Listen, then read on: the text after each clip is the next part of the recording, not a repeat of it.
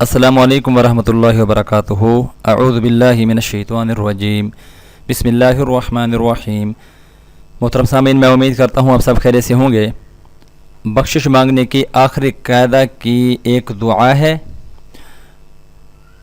یہ ایک صحابی رضی اللہ تعالی عنہ ہیں، فرماتے ہیں کہ رسول اللہ صلی اللہ علیہ وسلم مسجد میں داخل ہوئے تو دیکھا کہ ایک شخص نے اپنی صلاۃ پوری کر لی، یعنی نماز پوری کر لی اور تشہد میں بیٹھا ہے اور کہہ رہا ہے اللہم انی اسألک یا اللہ بانک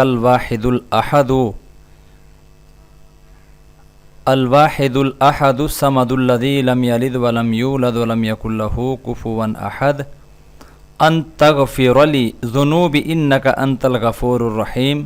ترجمہ: اے اللہ، میں تجھ ہی سے مانگتا ہوں، یعنی تجھے واسطہ دے کر سوال کرتا ہوں کہ تو یکتا و بے نیاز ہے، نہ تو کسی کا والد ہے اور نہ ہی بیٹا ہے اور نہ ہی تیرا کوئی ہمسر ہے۔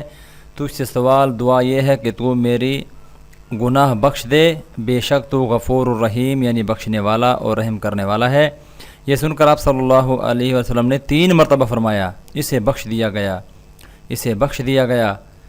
سنن نسائی حدیث نمبر 1302، سنن نسائی صحیح حدیث نمبر 1300، سنن ابی داؤد حدیث نمبر 985 اور اصل الصفۃ الصلاۃ جلد نمبر 3 1015 نمبر حدیث ہے۔ محترم سامعین، میں دعا کرتا ہوں کہ مجھ سمیت آپ سب اس آخری قاعدے کے اندر جو دعا یہ پڑھی جاتی ہے سب کو پڑھنے کی توفیق عطا فرمائیں۔